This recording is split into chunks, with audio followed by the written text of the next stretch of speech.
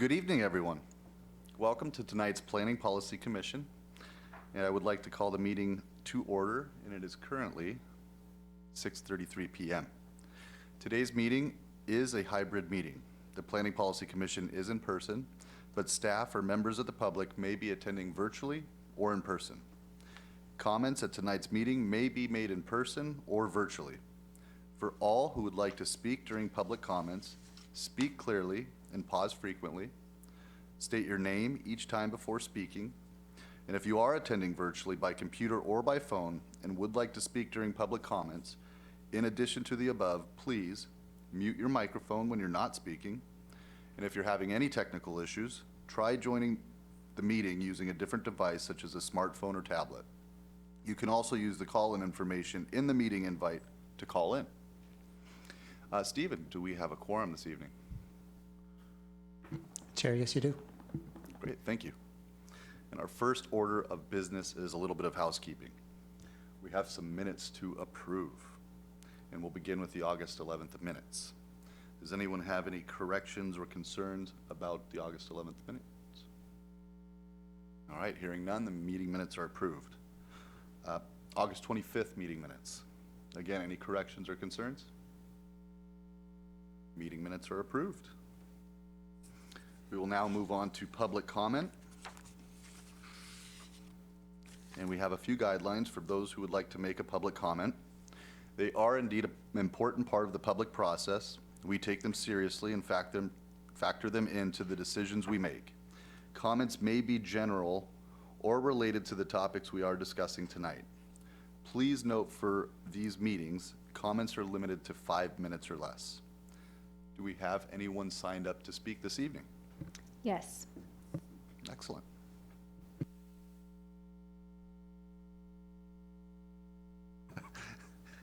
Are we ready for them? Okay. Sorry. And for anyone who's participating virtually, I see one hand raised, but if anyone else, any other virtual attendees would like to make comments, please raise your virtual hand or send me, the host, a chat. So I see that Susan Neville would like to make comments. Susan, I'm going to make you a panelist now. You should have the option to unmute and can choose to turn your video on. Hello, everybody. Let me see if this works tonight. Yeah. Hope everyone's well. Thank you, commissioners and administration, for being here. I wanted to start out with saying I hope everyone had the opportunity to read Connie Marsh's missing middle email that went out earlier. I think she brought up many good points that really warrant future discussion. And it stirred some things for me that as we went through the process of code changes, there's many definitions that still really need to be determined and should be included in the current code. And I just wanted to mention a few of those this evening. And I wanted to start with the definition of walkable. Another one is served by retail, including the definition of retail, served by transit, and I believe cluster housing. And I think in order to give an indication to planning and developers in the near future, until we really have a clear focus in place, these definitions will serve to meet our goals that we're trying to attain in the longer term. This is coming in at a different time, and I hope as we move forward, these will be thought of when we're doing our second draft, and that we will all look for these to be included. And I am going to leave it there, but I have one other question I wanted to ask, and that's about the future meeting. And it's the comp plan and zoning map amendment discussion on 9/29. And I think could be a big discussion. And I'm wondering if the PPC and also other people involved would have longer than 4 days to review what is going to be discussed. And when I mention 4 days, I mean 4 working days. So I wanted to throw that out there. Thank you all for your time, and I look forward to this meeting.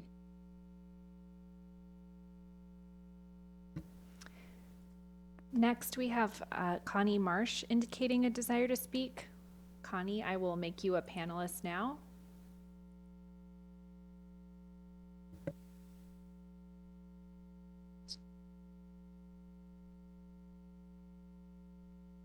There we go. Hi, I'm Connie Marsh. Interesting, we're getting double pictures on this video screen. Sort of strange. So, step one, you did get an in-depth, complex email from me because you all know how frustrated I am with actually trying to speak to the complex issues that you've been dealing with within a 5-minute speaking time. So I hope everyone read it, and I hope it triggered some thoughts on before we have discussions about things, we should actually know what they are. So we've been talking about missing middle, for example, but it really isn't very clear what that means in the city of Issaquah. So I'm gonna leave that, assuming that you were all true to your word and you read it. And then I'm going to talk about the climate presentation for today. And I looked through there and I was looking for the environmental board's review on this, and I didn't see anything showing what the environmental board thought of this concept. So I was wondering why that didn't go to the environmental board before you all got it. And then two, you discuss LEED Gold and fish friendly. Yet I have never seen a presentation here of what LEED Gold actually means and what that does, and exactly what fish friendly is, and what those two things look like in Issaquah. I have not seen a lot of success requiring a LEED standard. The city has done LEED Platinum voluntarily, but typically what happens is the codes advance and the LEED checklists stay stagnant, and two, the LEED situation and the salmon friendly situation are not necessarily climate oriented. And so you could very easily be able to do things on the checklist that did not provide a lot of climate action improvement. So before you make a discussion or give an opinion one direction or the other, I think it would be super important to actually understand what exactly it is that you're deciding on. Thank you very much.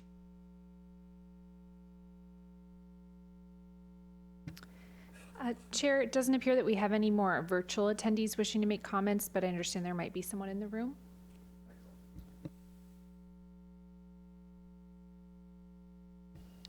Sir?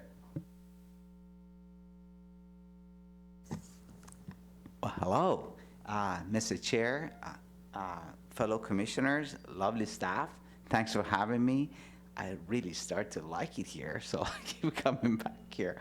Well, I'm here to address an issue of vesting, and I'm glad that Connie and some other folks brought up the issue of definitions, because it all kind of goes hand in hand in a different angle. I remember the last time I was here, there was a conversation about, well, why don't some of you that you're asking for a delay in option 3 for the existing projects in the site development permit, once you guys just turn in your building permit, be done with it. Well, I copied this and I gave it to some of the lovely staff, and you get it. In order to turn in for a building permit, a city has about at least 7 permits that goes part of the building permit, but usually it's double that because there's a lot more involved. Consultant fees is about $500,000 to about $1 million for a small or medium-sized project like an apartment of about 100 units. And honestly, consultants don't care. They will do it, just do fine. So if you don't have a full understanding of the definitions, they could do a design, a premature design, and turn it in for a building permit, and staff will say, well, this is really what it means, is you gotta do it this way, and then here we are, the developer gotta pay it again and do it over. It could be another 50 or 100% more. So would you do something that costs $500,000 to $1 million not knowing if it's gonna work or not? So that's why we take the time to move forward as much as we can, us developers, to make sure we get full understanding of the definitions. COVID did a job on all of us. Everything's gotten delayed, everything's gotta be more complex. I can't even meet with my own consultants. So I urge you to consider option 3, which is vesting for another 6 months for existing projects in a site development permit zone. And honestly, at the day's end, most developers will probably turn in the vesting, and the staff will really help them with that process to get out of the way. What it will leave behind, it will leave kind of a bad taste.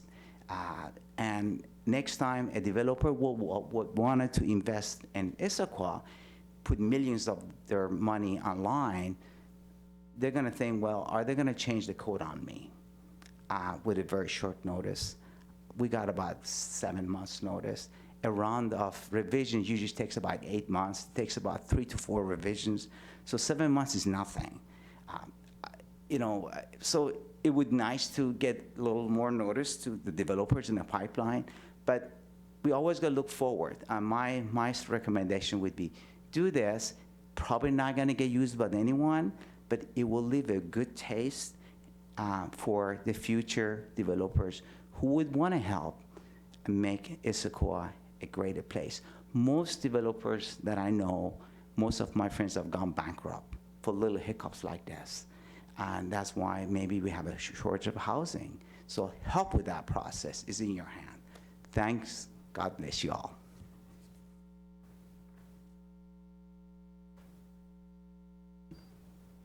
And it appears we have one more virtual comment. We do. David Kapler. David, I'm making you a panelist now. You should see the option to unmute and can choose to turn your video on.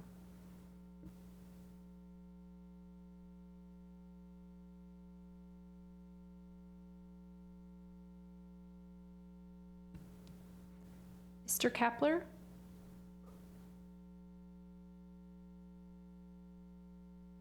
Okay, now I should be, We can hear you now. Nope. Mr. Kapler, I think you've maybe just remuted. Okay, okay. we can hear you now. Hopefully I'm working. Thank you. Okay, I see my initials up there on the screen. Thank you. I'm a resident of Old Town, and we did go through quite a lengthy process with a significant amount of time, city staff time and all the rest, and quite extensive involvement of the community. And I think that it is the one area in the city, as I think Connie has discovered, that really has place for the missing middle, perhaps increasing. One of the problems in the area is how much parking is required now. And if we're this close to quality transportation with 554, we certainly have some good access on the bus and all.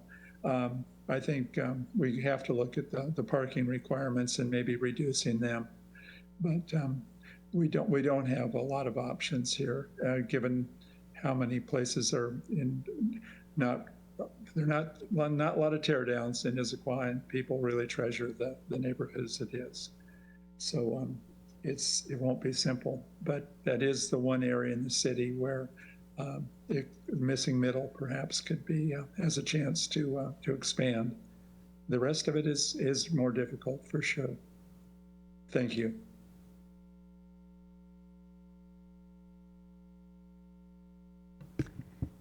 Chair, I'm not aware of anyone else wishing to make comments. Great, thank you. Thank you for the comments. The next item on the agenda this evening is our regular business. And we are going to start with the Title 18 updates and the Issaquah Climate Action Plan implementation. Tonight, staff will present the follow-up to the July 20th joint meeting with the Development Commission. Since it has been some time since the commission has seen this item, the commissioners will be allowed to ask clarifying questions before getting into the discussion. Staff, please go ahead with your presentation.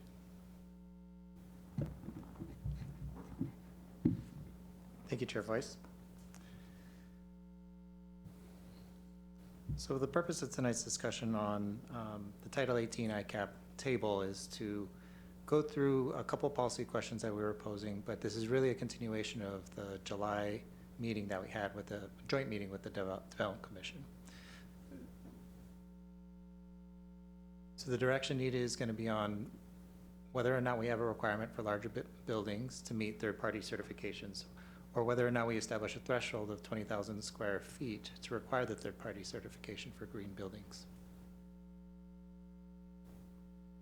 And just for background information, there was extensive discussions on a lot of the sustainability development standards last year as part of the gaps analysis for the Title 18 project. And so that first meeting in July was kind of a continuation of those meetings from 2021, where we were now presenting options based on those conversations. And so one thing to note is a lot of the significant changes that we're proposing with what's on the table will be going with the planned building code update, which will start next year, potentially go into 2024. So we'll be working with the building official on several of those changes and bringing a lot of policy questions once we do. So in our peer city research, we found that most cities actually push for incentive programs when it comes to sustainable development design. We found a couple outliers with Mercer Island and Redmond, which is fairly typical when we're looking at development standards. They provide different options in terms of requirements instead of incentives with Mercer Island, and City of Redmond actually providing an ecological score requirement with their incentives. And before I get into the staff recommendation, are there any questions on any of the peer city research, which was one of the attachments with the agenda packet?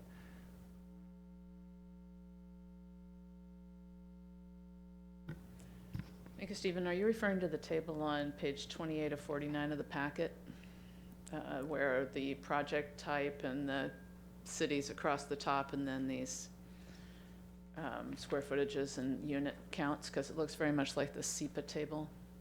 I believe so. The SEPA threshold. I was just a little confused when I was reading through this section, because it was so very much like the SEPA threshold that. I'm sorry, I just need a little walkthrough on page 28. I want to jump in here too for a minute and say, I thought it was interesting that we didn't actually have Mercer Island as a city type when we talk about the different kind of structures that our sister cities and our neighboring cities have, but yet our table didn't include them as to what kind of units they used. And so I didn't know if that information was on purpose or available or not. I see. And for reference, I'm looking at page 4 of the memorandum, page 18 of 39. Yeah, it seems that attachment wasn't part of your packet. Ah, Okay. Is it the table that's the city kind of down the left, and then incentive or requirement, and then ecological score requirement? Right? And that Steven's talking about? This one? Yes. Okay. Or is so this is actually which attachment B. attachment B? Attachment That B is table? what we're Or talking the about. SEPA table? Yeah, that's the table we're talking about tonight. The one I was just mentioning was a different table that showed a different list of cities from the peer city research that this slide is speaking to, but apparently you didn't get it as part of your attachments.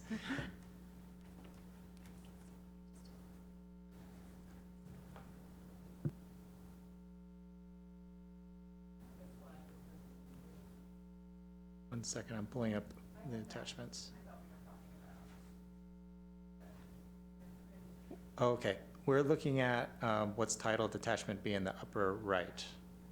That's what this, okay. I got confused on which table mentioning cities. So were there any questions on this attachment? I do have one question on this Okay. attachment since we're there. I'm specifically looking at Seattle, which has an incentives-based approach. And they talk about having Innovation Advisory Committee. This group of experts will review energy efficiency proposals not covered in the technical codes. I was curious if this is something that the environmental board can take on. If that's the approach that we potentially want to go with a lot of our regulations, we can take a look at that.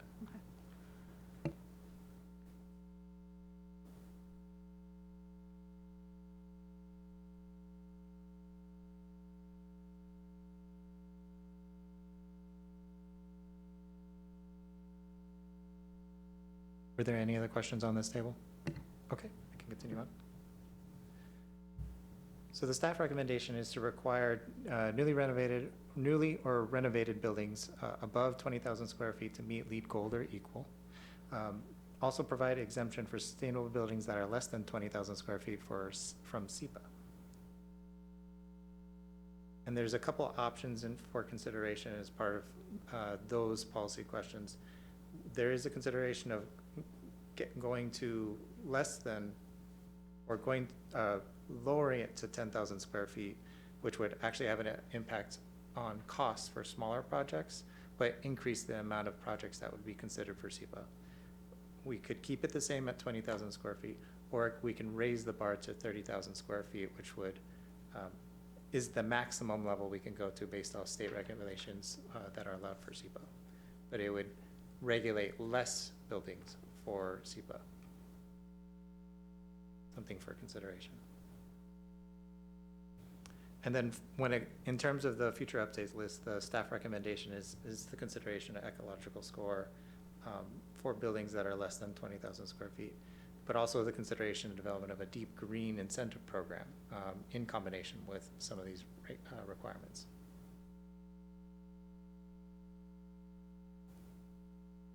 So timing and next steps. It's really going to, after a lot of these discussions, the next meetings are consideration of the comp plan amendments.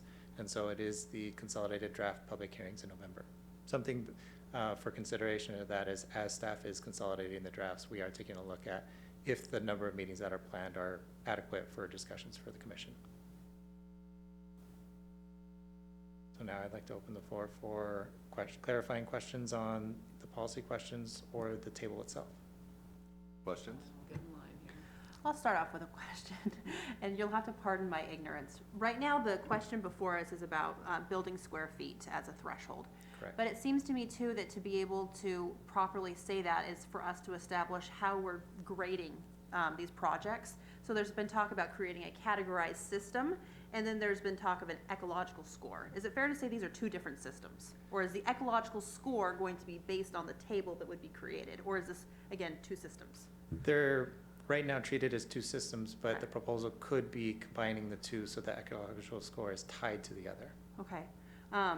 I think that it would be onerous for us to ask you at the administration to say, give us the plan so that we can better know. But I do find it a little bit hard for us to get in without some more granularity of saying, how do we want buildings to be? Like, I can imagine categorizations. There's language in here that talks about things that are favored by developers versus little things, right? That are easy to add but not as onerous on a developer. I would really love a scorecard that talks about what's really hard, what's really tough, so we get a little bit of both, right? Rather than having the little things being done. But that would put before this commission the concept of what does that scorecard look like, and I think that would adjust the size of the building. Right, I'm having one fabulous thing you guys did for us a meeting or two before was kind of talk about here's some buildings you're all familiar with in the city, and here's their kind of where they fall.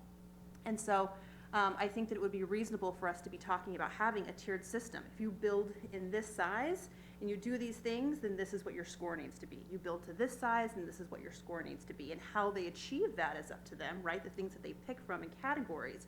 But right now, we don't really have a lot of framework. So I was a little confused about as we look at our sister cities and at what we want to create, and I was curious if right now this is a little bit of a free-for-all of us saying, hey, this is what we'd like to see, or if this is a little bit more of us saying, this is what we want. You know what I mean?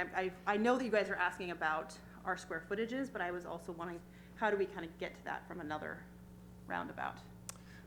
It was based on the impacts of the size of projects that we typically see, and so we were trying to, some of the feedback we heard from the commissioners in the earlier discussions was we're not wanting to impact smaller projects and burden them with costs, but at the same time, we want to make sure that the buildings are of adequate size for consideration for SEPA. And so this is where we kind of found that middle ground at 20,000 square feet in terms of the type of projects that we see. That number might change over time as we see more development, but that is kind of the consideration that we were taking into for this proposal. One thing to consider with the scorecard, since you mentioned it, Commissioner Lewis, is that the city of Redmond, what they treat as incentives for the ecological score, we already require the majority of those incentives in our proposed code. And so some of the consideration of what that framework might look like isn't going to be so much as offering a huge suite of incentives, but more of offering kind of a smaller suite of incentives that we don't already require, or we're changing those requirements. So that's just something to consider in terms of like what that framework might look like for the ecological score. Is it possible to think of an overlay in terms of where the square footage falls in town, for instance? Is that something that would be, again, too onerous on staff to talk about being aware this applies versus doing it citywide? We would have to see what it would look like by doing an overlay. I know some of the impact with sustainable design is we're really getting the bigger impact by requiring it, like in the central area where we're expecting a lot more development. Right. But at the same time, looking at sustainable building design in the other sub-areas of the city is also something for consideration too, of using eco-materials or other types of sustainable design as, you know, when we're looking at what's allowed for land use in some of the other sub-areas just outside of central, we want to make sure that we're treating the sub-areas equally in terms of what we're allowing. Thank you. Thank you. I want to introduce myself like I'm on camera. I've got this old habit popping back up. Stephen, okay, so I'm trying to line up all the numbers. Where are we now? SEPA and incentives. And last time when we talked about the SEPA threshold, I don't remember it being 20,000, like I didn't remember it being 30 either. So where are we now? What's the draft that we're working with? And then the suggestion is on our screen is for just the certification. The answer to the second question is yes. Okay. The answer to the first question is I don't know off the top of my head. So I'd have to get back to you on exactly where we're at right now. I do remember when we were having the conversations that we're close to the 20,000 square feet in terms of what we're requiring. But this is, right now, it's not a requirement, it's optional. And so it's hard for me to say exactly where we're at right now. Okay, I have a follow-up question. What do you think is more onerous, a SEPA checklist or a LEED Gold?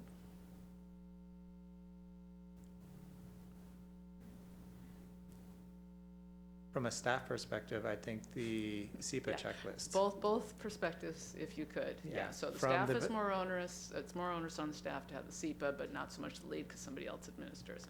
It also depends on the project too when it comes to the SEPA checklist. So certain projects are going to be a little more extensive when it comes to the SEPA checklist in terms of like how they mitigate for certain requirements.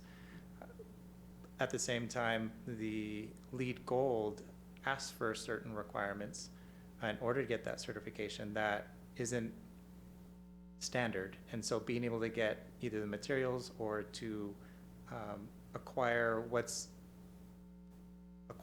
needed to get some of those certifications is going to be something new, particularly for our area. So that's something for consideration as well. Okay, thank you.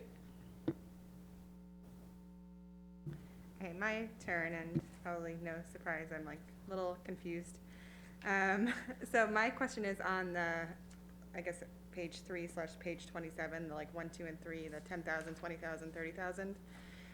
Under 10,000, it says that when this new state energy code requirements come in, I guess in next July, that they will require renewable energy generation for commercial buildings over 10,000 square feet.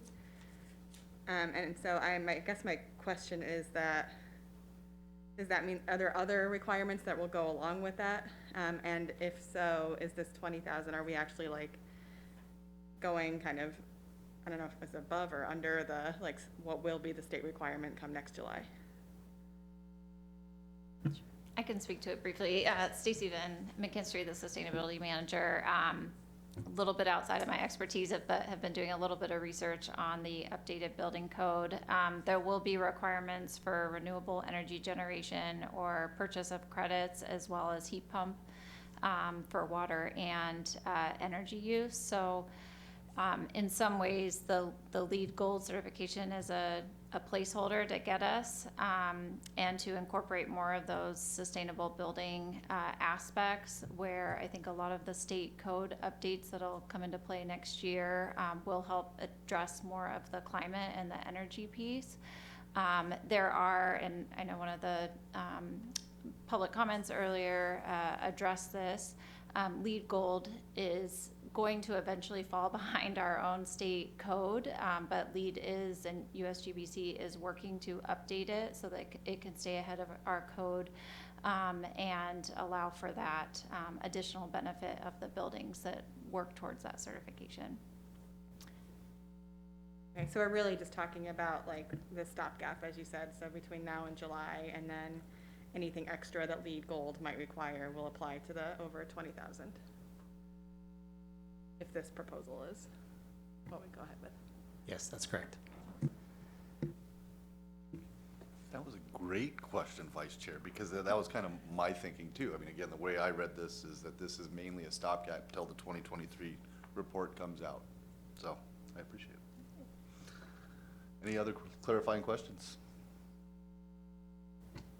This is a little bit more of a comment. When looking at options 1, 2, and 3, right now the staff is falling on number 2, and I had the thought about if we think about square footage in terms of market rate versus affordable housing, I know that this adds another dimension to it, so again, it could be too onerous. We've tended to get our affordable housing in a little bit of a onesie-twosie way when we're building, and instead being able to have kind of a sweeping percentage, for instance, of saying, unless you have a certain number of units, that would, as a trade-off, right? If you don't want to go through this energy certification process, then you need to have, and I don't want to throw out a number, but so many percentage, right, of your units be at affordable rates, right? Have we thought about how we kind of cross-incentivize a little bit of saying, look, if you want to build at market rate, these are the standards that we have, and we have this lower threshold, right, like the 10,000. However, if you are going to be being able to help our housing supply in maybe a different way than you were thinking, then there might be this other categorizations. Is that something that staff kind of was approaching? Yes, actually, that's a timely comment because that's something that staff has been discussing in terms of like how do we balance the incentives for sustainable building design and incentives for affordable housing and make sure they're coordinating so that we're not creating a system where it's bashing against each other and they're having to choose one or the other, but really we're trying to get both. And so that is something that staff is discussing, especially as we're going through further revisions for the code.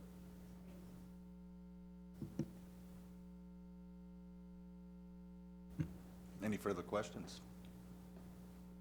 Let's open up to deliberations. We already had a public hearing on this. Yeah, I should say that, yeah. Can I dive in? Because I have a Discussion. follow-on question to what, or I guess it's a comment. I was like, is this a comment or is it a question? To what Joy just mentioned about like downstream effects of some of these choices. And so I think we're talking about affordable housing in terms of like the purchase of a house, you know, or like cost of rent. But does like the LEED stuff also affect just like cost of living, right? So like energy bills for people, knowing just kind of what, you know, bills are high right now, and so are there downstream effects, and can we consider those as well as part of this? Sorry, was that a question or a comment? Okay, I was just making sure.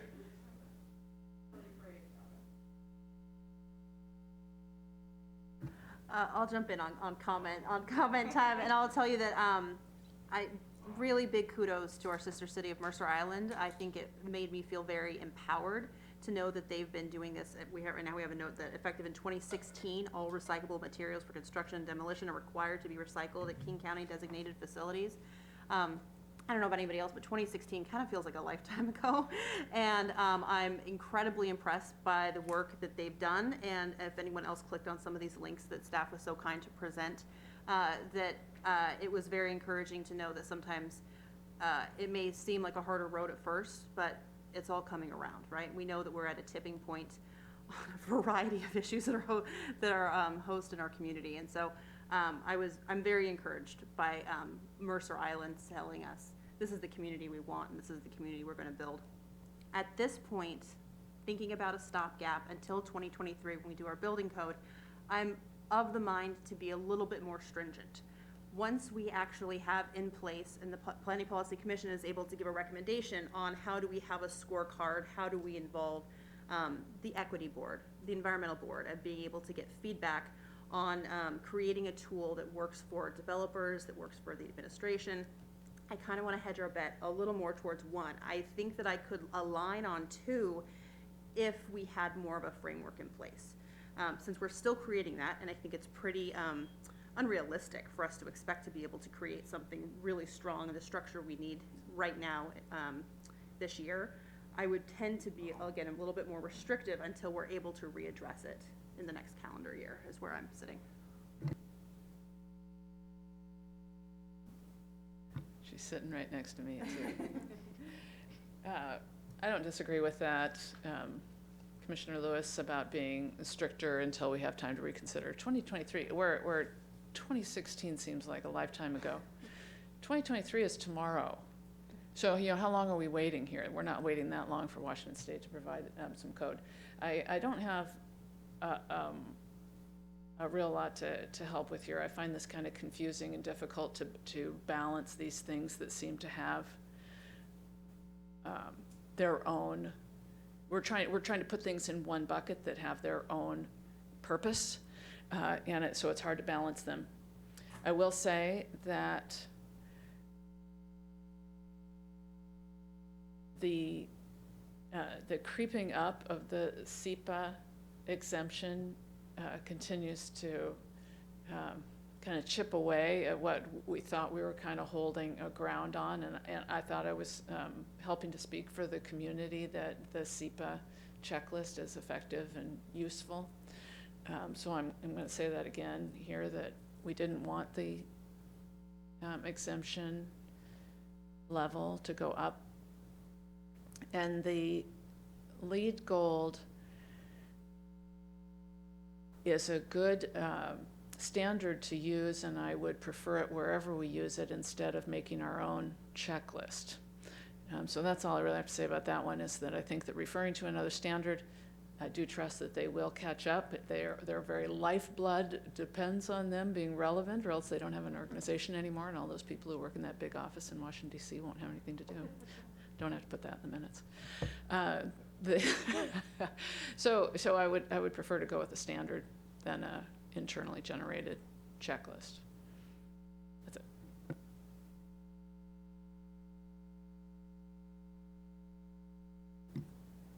Yeah, so I guess I'm okay with the number one for now, especially because it's a stopgap, and I think by the time the code takes place, it's like there for, a couple of months, and then the state requirements come, which I think will potentially be stricter than what this is. I agree with Nina. I think just go with LEED Gold as a kind of known, accepted standard. And yeah, the SEPA one, I feel like last time we had talked about and kind of come to consensus at like the 10,000 square foot level, and especially if that is like a standard that's going to be coming for something from the state, do we just stick with that? But I also know that I'm not sure where the kind of current conversation is on that, so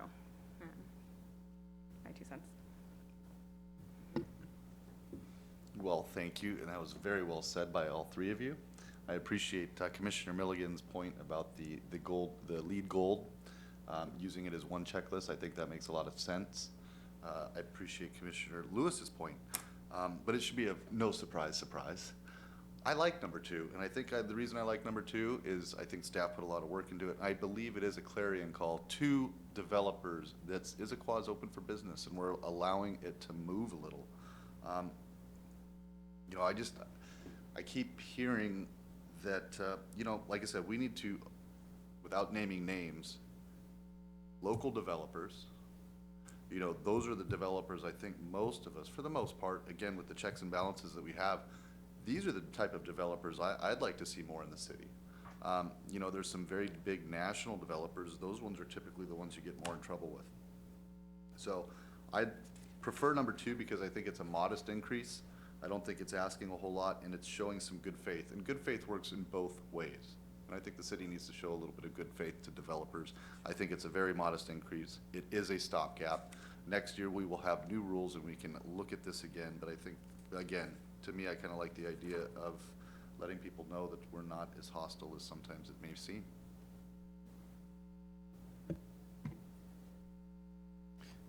Chair Boyce, if I might offer an option for consideration for the commission is, I heard several comments on, you know, it kind of depends on where we kind of stand in terms of development when it comes to the size of the buildings. If staff take a look at it and see a comparison where we're in the number of building or the type of building developments that we're seeing right now, and we're closer to either 20,000 and we're feeling like that's adequate in terms of like the number of SEPA review or where we want to require the LEED Gold, would the commissioners feel more comfortable with the 20,000 or just with, based on the conversations we've had, the 10,000 is where you want to settle in terms of that stopgap? Would you say that again? Are you so, see, because the problem I'm having is that we've got SEPA and then we've got this incentive thing and I, say it again. I'll start with the incentive. So with LEED Gold, the comments I heard was that we're wanting to lean towards the 10,000, correct? Did I hear that correctly? I didn't say that. Well, option 1, I think we're talking about, right now the city, sorry. Right now the city is pairing the 2 of them together, so we've commented about 1, but maybe it makes sense that's for where us, I got confused on the maybe it makes sense options. to pull them apart if that's a Yeah. little bit more clarity. And I will tell you, Stephen, I think that for something that really rang a bell for me was when you, when we talked about the Chase Bank on Gilman being just right around 13,000 square feet, right? And for me, I find that to be a very good benchmark of things that can be built in a variety of places. And so that, I think, for me is a part of why when I look at 10 and I look at 20, the idea that at 20, what are we getting with that, right? When we start thinking about, well, you know, 100 unit apartment building, there's really not a lot of places that that this commission believes that building should be sitting in Issaquah, right? We want to put that capacity on the valley floor. And so again, that kind of makes me go back to, well, instead of doing citywide, we have an overlay where we talk about where it makes sense to be having this differentiation of space. But it makes me nervous, the 20,000 to be citywide for both of these standards. I will say that, but part of that too is just thinking about what is it that we would be able to get from that. So I skew more to the 10,000 right now, wanting us to revisit our building code when we get handed down the requirements from the state for that reason. Okay, thank you. That's all I needed. Would anyone else like to comment? I'm not sure what we got. Are we saying that above 10,000 would require a LEED certified building? Below 20,000 would be no SEPA. So above 20 would be SEPA and LEED. Yeah. Between 10 and 20 would just be LEED certified, and under 10 would be nothing. Yeah. Don't know, 10,000 just didn't seem like the 8-unit townhome complex, not having any SEPA review. Does that sound right? Just to you. I want to encourage Missling Middle, but I'm just, that seems like a significant contribution to the city, and it should have some kind of environmental review. Let's give them something else then. Everything's by perspective. So like I happen to work in a lot of large houses. And again, these are houses that all push the 7,000, 10,000 barrier. And I appreciate Commissioner Lewis bringing up the Chase on Gilman because, again, I agree with her 110%. We know where we want our big development, where to go. But to me, I guess the difference is perspective. I just don't see that Chase Bank as very big for the development we're looking for.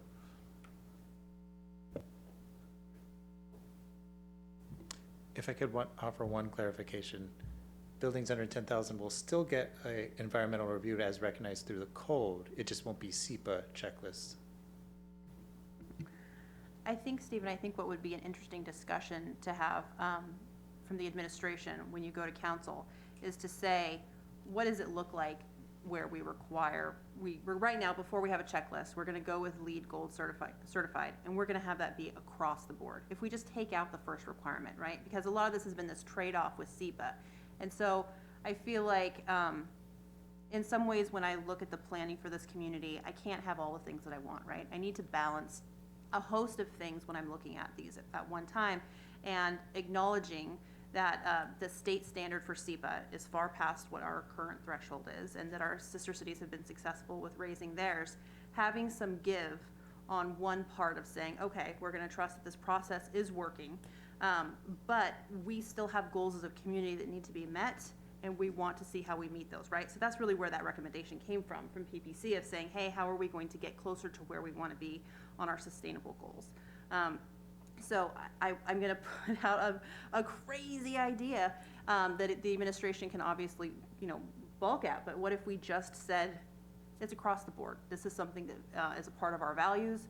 We'll be re-looking at what that certification looks like, whether it be a checklist or this or that, but for now, this is what we require for all buildings of any size, for number one. And then our SEPA threshold is raised to the 20,000 to be more in line with what modern uses are from the state. I don't know if anybody else wants to think about it. Did you say all buildings Yep. LEED certified? Yep.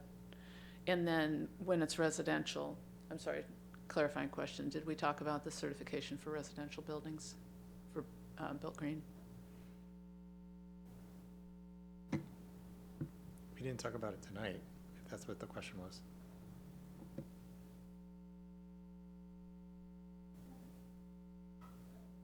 I kind of like the latter part of what that Commissioner Lewis had to say. I'm not so sure about the before part.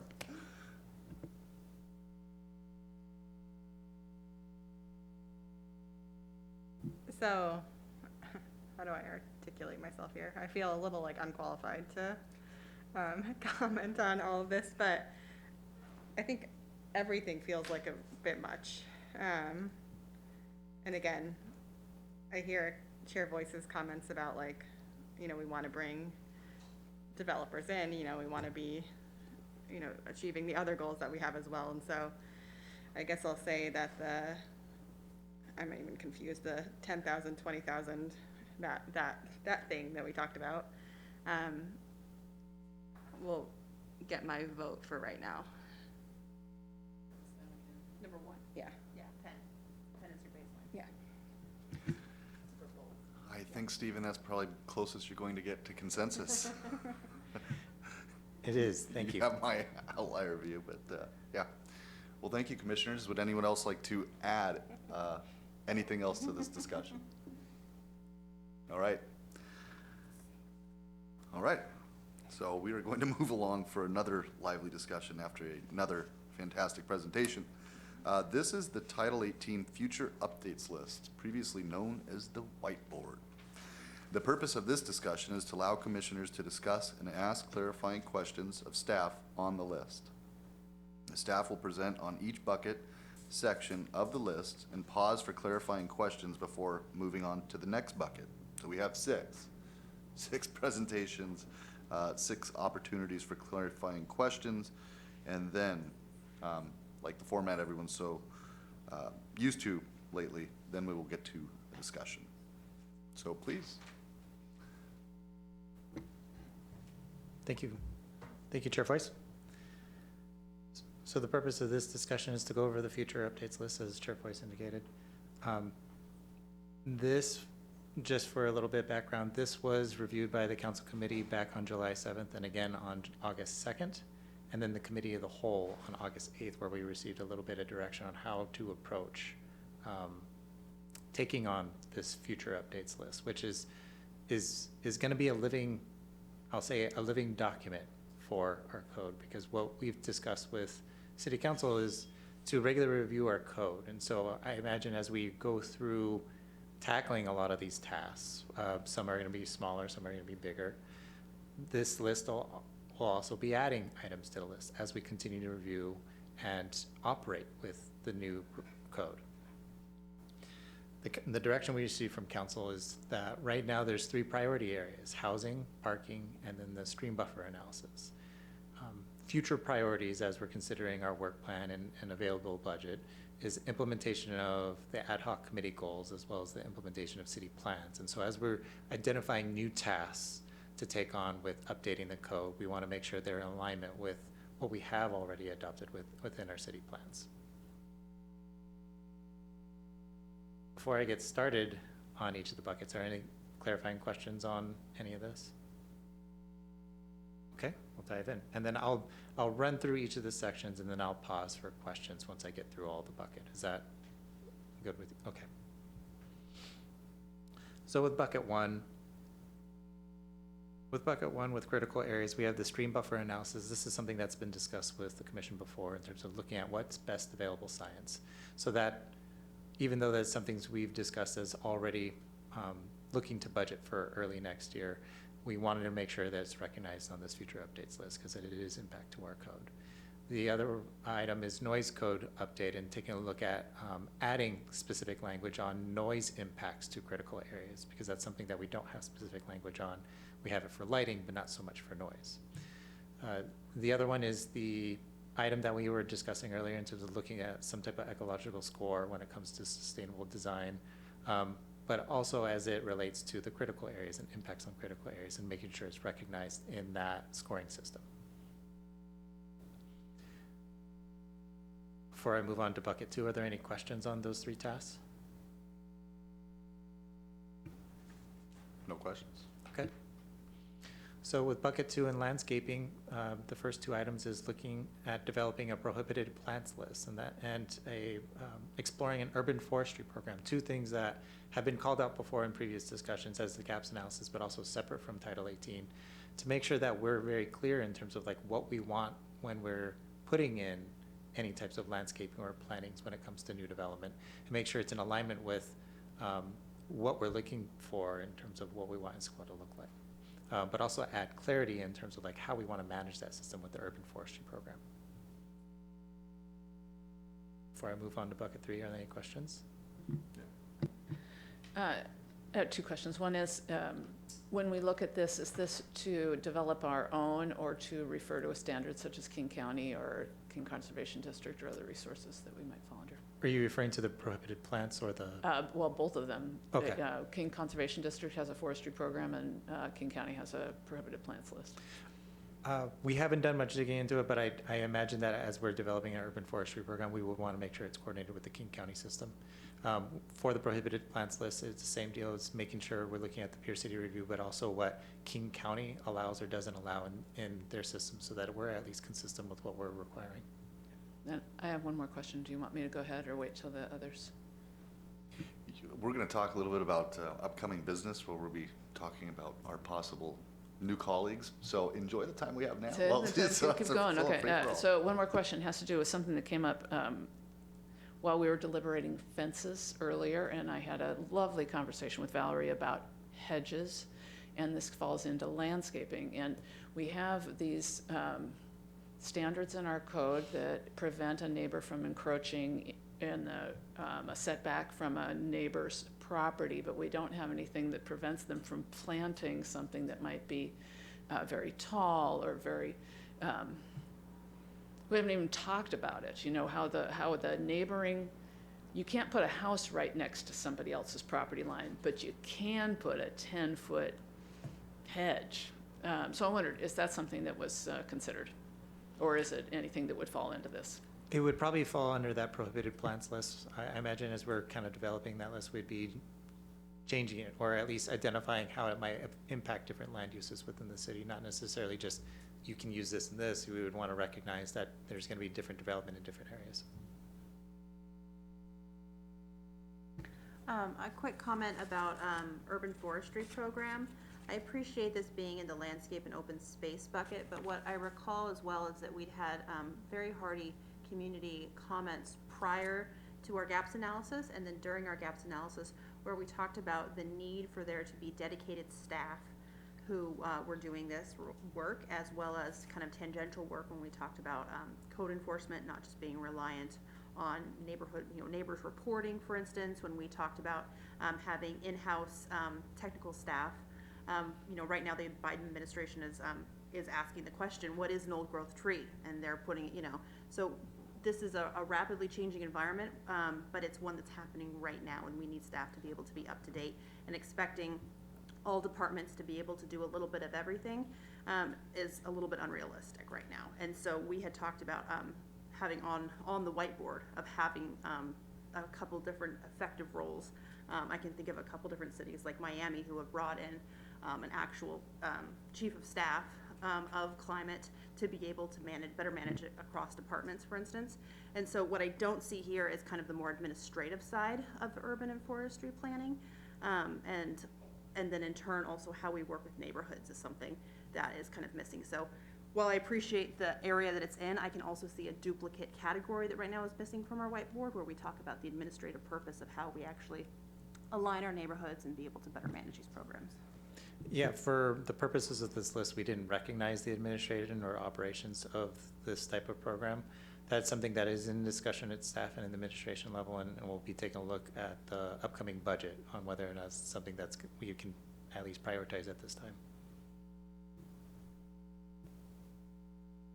I guess I have a real softball question for you, just on the format of the table. So this kind of covers all the buckets. The rows that don't have anything kind of next to them, so like community space and green necklace, that just means there's no whiteboard items for that topic. That's correct. And I forgot to add kind of clarification before I started. I'm not recognizing those areas because it didn't feel prudent to add a list of saying there's nothing here when it's just on your table. So don't be surprised if I'm not recognizing those ones that don't have. But if you do have a question on those, I'd be happy to answer any questions.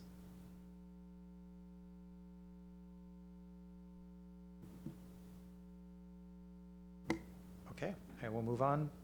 So for bucket 3, we have permitted uses. We're going to be taking another look at cluster housing, and as we are continuing these discussions on missing middle and middle housing, what cluster housing as an option can offer for as I guess filling that hole for missing middle.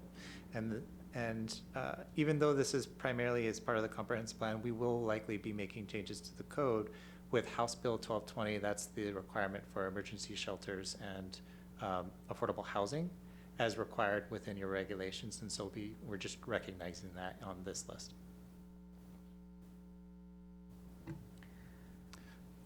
I'm curious in some of these categories that we have, specifically number 9 and number 11, which is allowing cafes in residential zones and impervious surface limits. I'm wondering if part of this would be good to talk about having on the comp plan for 2023. Right now we have these not covered, right? So we kind of have a little bit of a TBD on some of these things, and I'm wondering if it would be a reasonable idea of, rather than prioritizing them in the same way that obviously, parking and streams have been prioritized by council, but instead to say that some of these particular bucket 3 categories may be a comp plan. I think we can have those discussions. What typically would go in the comp plan is kind of that higher level of, in residential areas, we want access to this, right? Not necessarily cafes. And then from that would be kind of a result of changing the code for that allowance of cafes within the residential area. So I think the comp plan would be a great place to have those discussions, Okay. But not specifically just for cafes. Sure, yeah, but I'm looking at some of these zones, and I'm wondering if, rather than making them a work item for a future development, if instead it's saying, hey, we're gonna put this on the docket. We have identified several of, actually, a lot of the items on this list for conversations as part of the comp plan. Thank you. The table staff have is much larger, and it didn't seem prudent to give it to you. Quick question, me? Cluster housing, how does this differ from the cluster housing code, excuse me, that we have for critical areas? So the cluster housing code that's specifically for the critical areas is primarily for hillside development. This one is primarily looking at cluster housing in general as how we're offering it as part of providing either affordable housing or different housing options within the city. Is there an expectation that this would be an overlay or zone-specific or central Issaquah specific? It could be. That's part of what we're proposing, is just looking at it in general and to see if we want to make any types of changes that better align with what we're trying to achieve, at least when it comes to housing. Yeah, okay, thank you.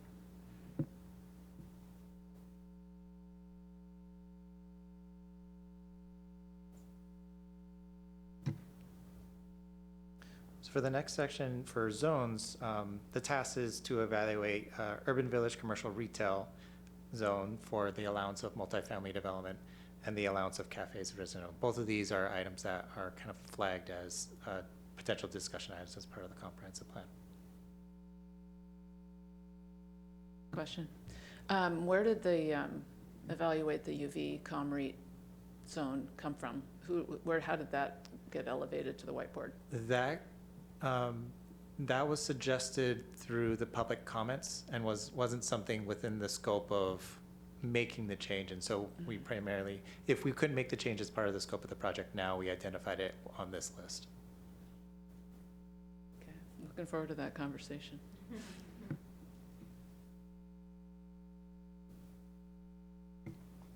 So for the next section for specified use standards, there was a suggestion of prohibiting self-storage facilities. I believe it came from you, Commissioner Milligan, in one of our commission discussions. And so that was added to the list in terms of the type of discussion we might be having at a future time. And then for the form and intensity section, we would be exploring impervious surface limits and then looking at school setting and compact school designs. Are there any further questions on bucket 3 sections?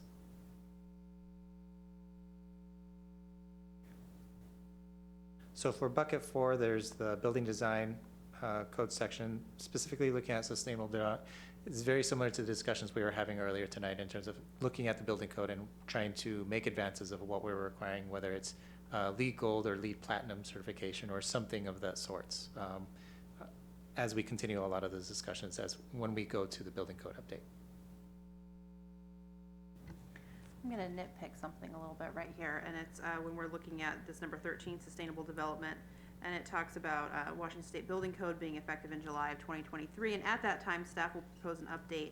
I want to strongly encourage that we don't start that work in July of 2023. I'm always a proponent of us deciding as a community what we want and then being able to adapt to what state code is, because it's going to be a process, right? So I kind of want to be ready for July 2023. So just to put up a little flag of saying, I think that there's going to be a little bit of prep, right? And just trying to put that on the request to have that be on staff's work items. Correct. Yeah, it's on staff's work plan, and just to clarify, it's not we're going to come to you with a proposal. It is we won't even see the state code or know what's really finalized until July 2023, yeah. And so that's when we'll start a lot of those discussions. Thank you.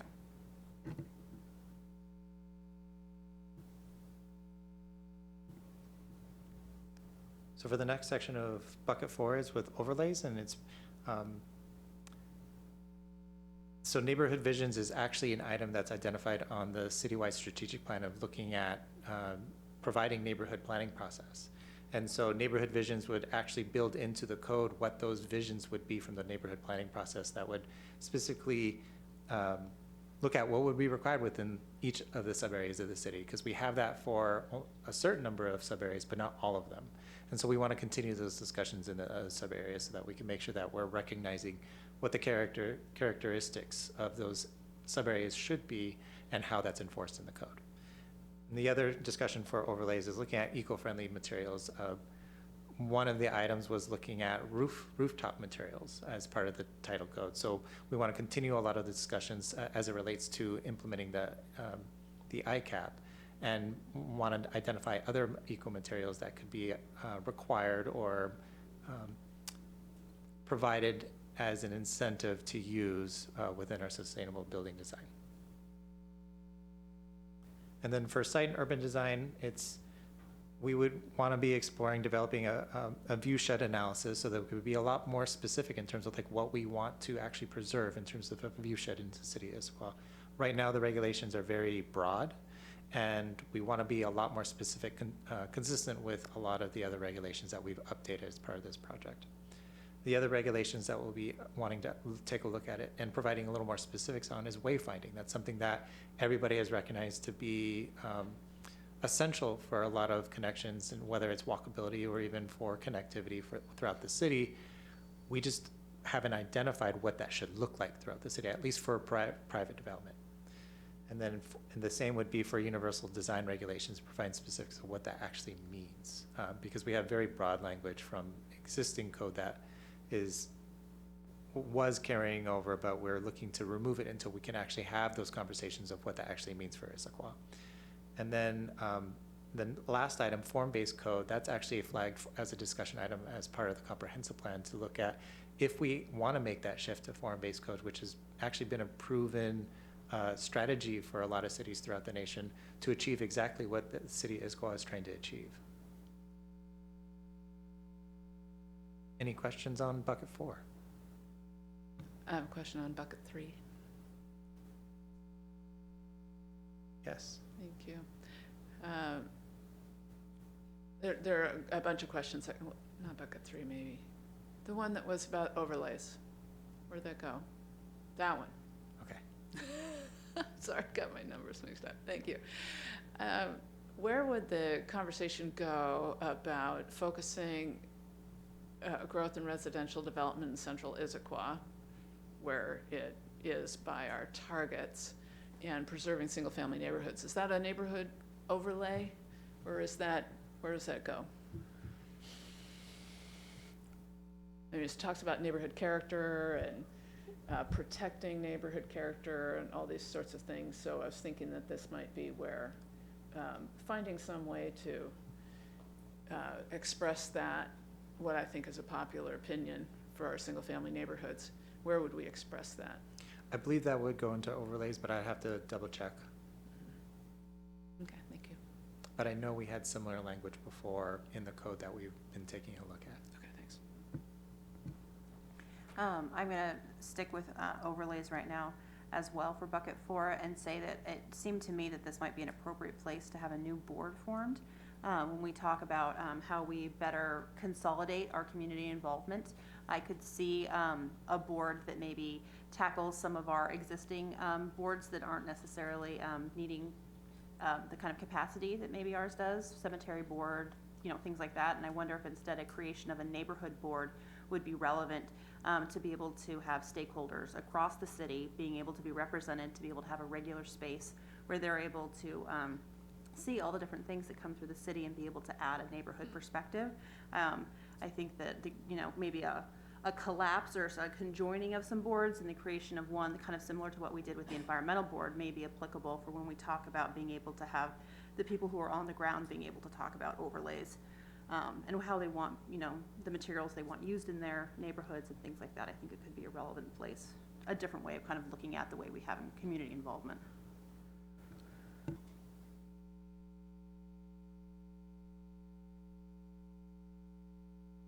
I'll stick also with bucket 4 right now on the site and urban design for the view shed study.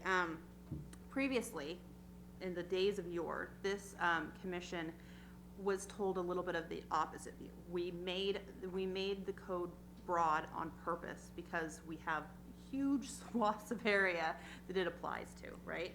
So the idea of narrowing it, it will be something that was interesting when we have the discussion about how we narrow, right? Because I think it's been, in all the years that I've been here, it's been an overwhelming response by the community to say that it's a priority for them and they value it above many other values. So for instance, being able to have different developer trade-offs, height has never been one that the community has been willing to kind of give on. So I didn't necessarily read that perspective in the very brief notes, not that it's not included in 16. But it reminded me again of putting on my granny glasses and my walker and remembering that when we looked at this before, it was broad for a reason. And so it will be interesting to say, why are we being more prescriptive and how are we going to achieve our goals?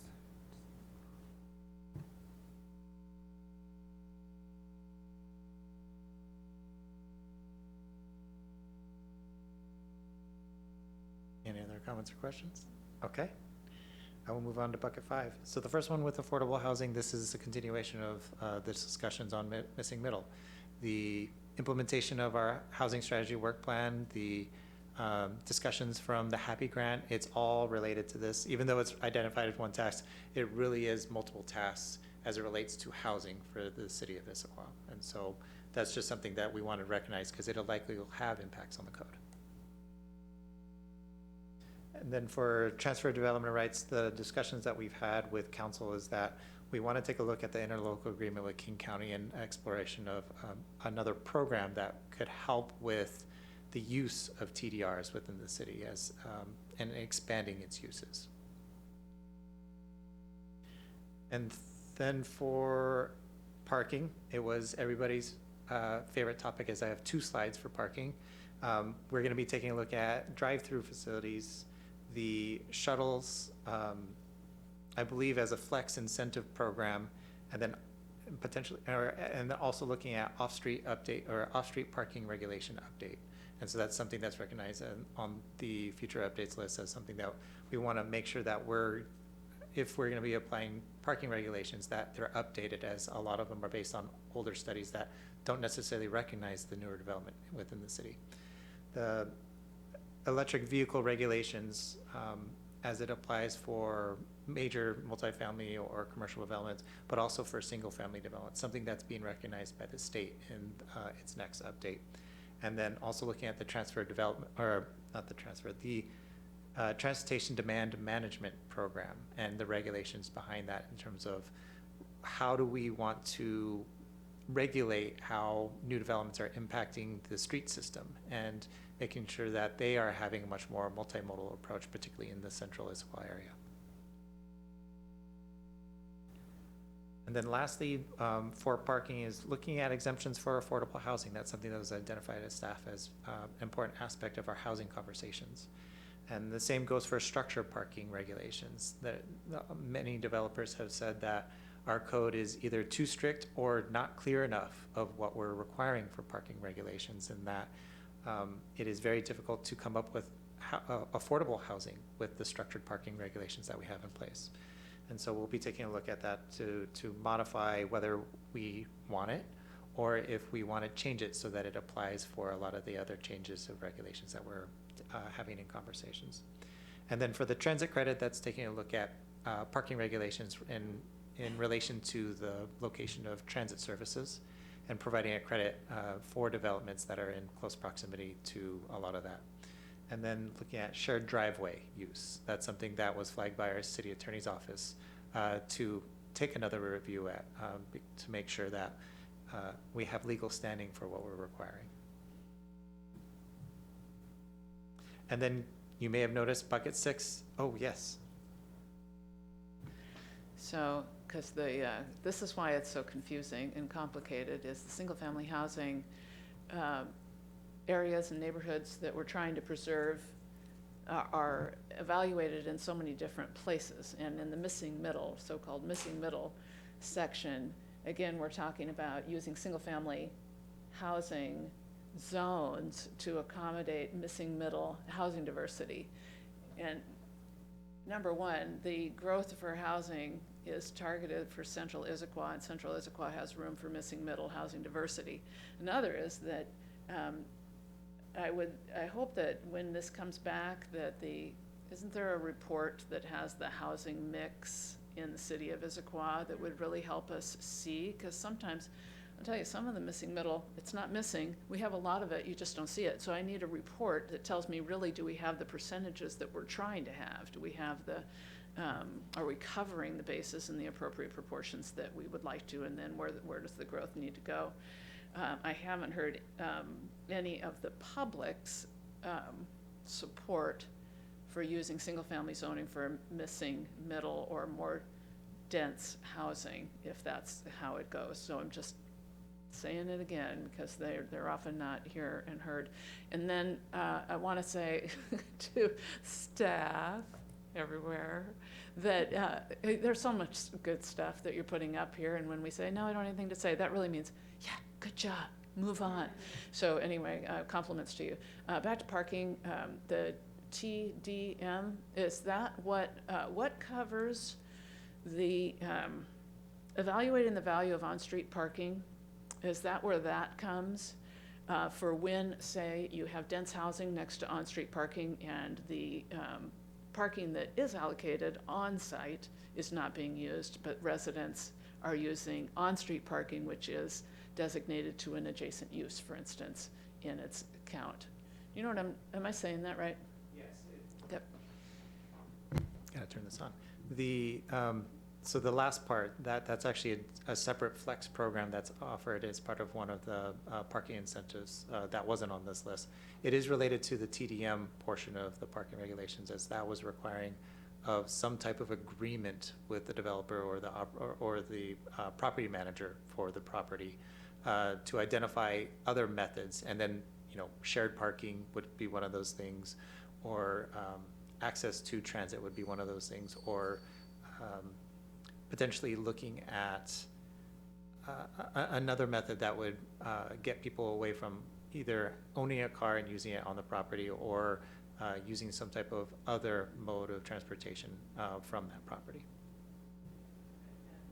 If I could just follow up on that.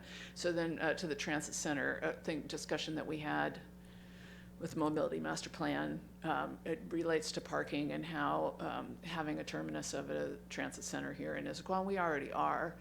Just look at Issaquah Highlands, where we have a significant park and ride, and it has its own parking, and yet people who want to use that transit often park in parking that is thought of as on-street parking for the adjacent uses of retail.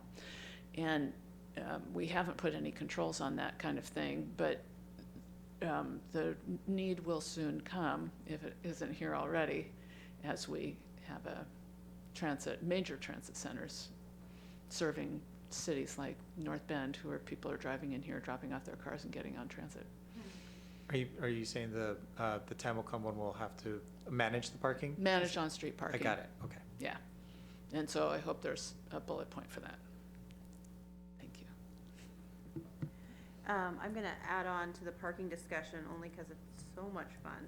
And this commission has spent so much time talking about parking, that I wanna highlight something that I was a little confused about on the way that the parking is detailed right now on the future work board. I don't have the right term right now, I know it. So is to say that one reason that the parking code is the way that it is, which we know is on the higher side of requirements, is because we designed it to have a live-work balance. We wanted to have retail on ground floor, and you needed to be able to have a place for the retail, right? And so when we started looking at our requirements and we really started to deep dive into what were we requiring for residential, what we were requiring, and how it was going to be blending day to night, we weren't really able to lower it much more than we were when we actually started doing parking studies, right? We found that parking studies told us that Issaquah, the city streets were not at capacity. However, parking rides are far past capacity, right? And so we had this very bizarre mix of things that were going into when we made our parking code. And so what I didn't see talked about was that we were going to be getting new studies, new data to be able to say, hey, how is it that we're realigning? Because right now how it's written is to say, hey, we want to figure out how to reduce parking. But when we've tried to do that before, there's a very real reason why we don't. Right? Everyone likes the idea of not having parking until you can't find a place to park, and therefore you're going to the next town over to be able to get your services. So I don't know if this is just a cautionary tale again, but the way that parking is divided out in our work plan right now, I don't know is necessarily synonymous with our goals, which is very odd to say, right? But right now, the way that parking is detailed doesn't actually reflect, I think, the parking discussion that needs to happen. So I would retool it a little bit. No, I think that's a good point in terms of clarity for like that off-street parking analysis. That is to do actually a new analysis or a parking study for the city as well, to look at what those regulations should be. It added in with that conversation of what's minimum or minimum versus maximum, primarily because that's been brought up several times throughout this process. And so we want to make sure that we're recognizing a lot of those comments that were made as part of the gaps analysis, but also with the conversations with the commissions as well. Absolutely. I mean, when we talk about drive-throughs, to me, I remembered an entire meeting that this commission has had talking about how we want to direct where drive-throughs are allowed because of where we plan for future growth. For instance, the creation of Mall Street, right? Where do we want to have purely walkable sites and be able to encourage that? Like, there was a reason that we built our code. It's not just for our needs now, it's also for our needs in the future. And the way that it read a little bit is to say, oh, we're having a gap, but it was my recollection, we created that gap on purpose.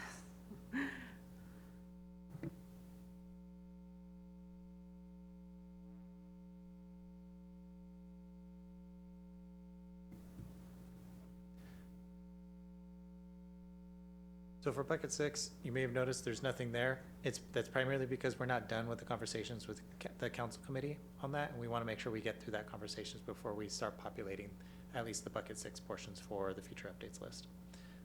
But I'm happy to answer any questions that you might have of, since you've read through some of the draft code and answered some of those policy questions of what could or might get recognized. But at this point, we'll show you what will eventually go on that list after we have that conversation with the council committee on September 22nd. Are there any questions for bucket 6? All right. If staff wouldn't mind, could we take a 5-minute break? Okay, I don't mind at all. break.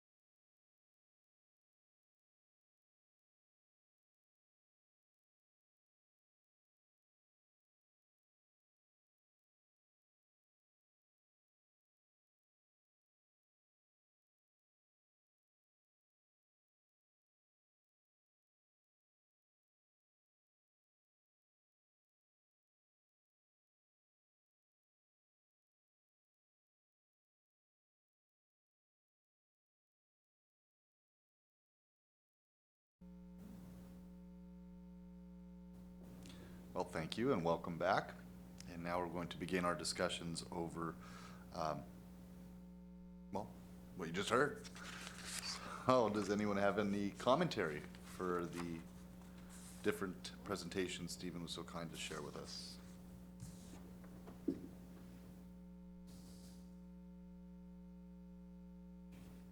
Any commentary at all?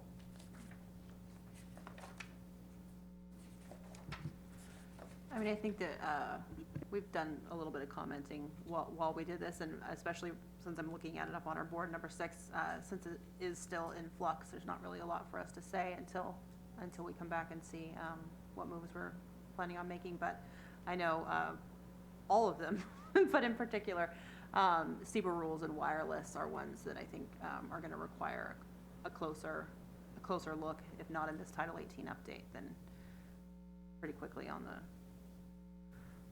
garage board.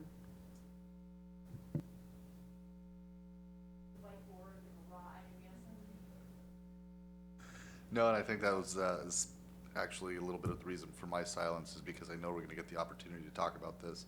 And I've always appreciated the idea, and I appreciate that council also felt this way, that you know, our code is supposed to be accessible. It is supposed to be living, and it is supposed to be returnable. So again, I know we're going to get our day with all of these different topics. We'll all have a lot to say, but so far the list looks pretty much about the important things we've been talking about since we started this discussion months and months ago. So, You know, something else that we talked about in our gaps analysis was that the community felt that there was a dearth of possible places to interject, and that we were getting buildings that the community wasn't supportive of, and that the update for Title 18, while we were supposed to be having an increased fluidity and succinctness about the code, we were also supposed to be creating additional places for the public to be able to be engaging in their spaces and in the construction of those spaces. And I would be remiss if I didn't say that I think that is not currently being represented on the whiteboard, and I think that it's something that is fallen to the wayside a little bit on our current first draft of Title 18. I think that it's something that we can do better about, and I think that there's further discussion to be had about how we do that and how we have a better living and breathing code, as our chair so eloquently put. And so I don't see it represented. I don't know that it deserves its own bucket, but it's something that I think needs to continue to be looked at when we talk about how we make revisions, how this is a living code, and creating that structure. I know we've had discussions with the administration offline about how Title 18 and will be continue to be looked at a more frequent intervals than it has in the past and things like that, but I think it's worth having a work item of talking about, hey, how do we expect the community to be able to have places to show up and be able to be a part of the process? yeah, thank you, Commissioner Lewis. I mean, it's amazing the explosive growth. It has really gone from a sleepy town. Even when I moved here about 20 years ago, the changes are just exponential. So it is important that we're able to come back again and again and again and keep looking and revising our code to meet the needs of today, or that day.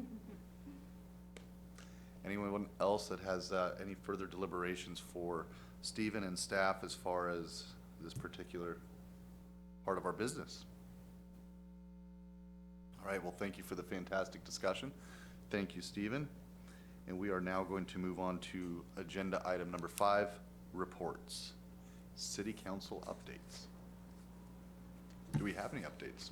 Chair Voice, I just have 2 quick updates for you. So last night we had a meeting with the council committee to discuss the follow-up items from bucket 3, 4, and 5, specifically on parking from bucket 5 and specifically on subdivisions from bucket 3, and then a long list of items from bucket 4. So if you'd like to take a look at the materials for that, or if you have any questions about what was discussed with the committee, please let me know. And then on September 22nd, we'll be going to the council committee for a review of bucket 6. That concludes the council report. Great, thank you. Any other reports, or are we just going to move on to other business and announcements? That was the reports. All right, other business and announcements. Are there any other business or announcements from staff? I was going to mention recruitment and interviews, but maybe you wanted to do that? Sure. Yeah, I believe the recruitment period is over. We have a good group of applicants that we've already begun interviewing, and I believe the last round of interviews will happen tomorrow afternoon. So Vice Chair Bader and myself, along with Stephen and Ms. Porter and Mr. Valdez. Did I get that right? Beltres. Valdez. So all of us were sitting in. So again, we've gone through our first bucket. I believe we had 9 applicants. So hopefully good things will happen. And so the next time that we see each other on this dais, it might look a little bit fuller. Excellent. Yes, yes. We've been a little thin lately. So yeah, ideally, I believe it's the first meeting in October, right, Stephen? Correct. But you do have one meeting on September 29th, so you might have one more meeting before the new that's members right. start.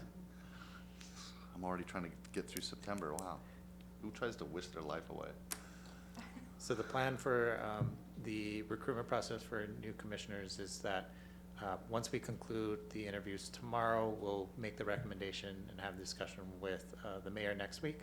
And then the following week on September 19th, then the mayor will have the confirmations with city council. Great, thank you. I believe that's it, unless anyone else has anything yes, Commissioner Milligan. Just a question about the calendar. The comp plan amendments, is there a permanent home where the docket sits, or something to refer to before we get our packet? And just remind me a little bit about the process. I can't remember if I did this last year. So is the question on where the docket sits in terms of like what items you're going to be seeing? Yeah, that, and then how do those 2 meetings go? So so the first one, there is a website that recognizes what was approved for the docket for the comp plan amendments that you can see and find the list of what was approved from council. The other part of your question for what the process looks like. So the first meeting will be a review of what was proposed with the comp plan amendments, and there's 2 items that you'll see on that meeting. And then you'll have the public hearing in October, I believe, in that first meeting in October on the comp plan amendments.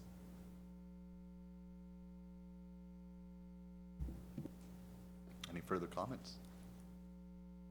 All right, well, thank you everyone for joining us. If that is it, we're going to go ahead and adjourn this meeting tonight at 8:06 p.m. Thank you, everyone.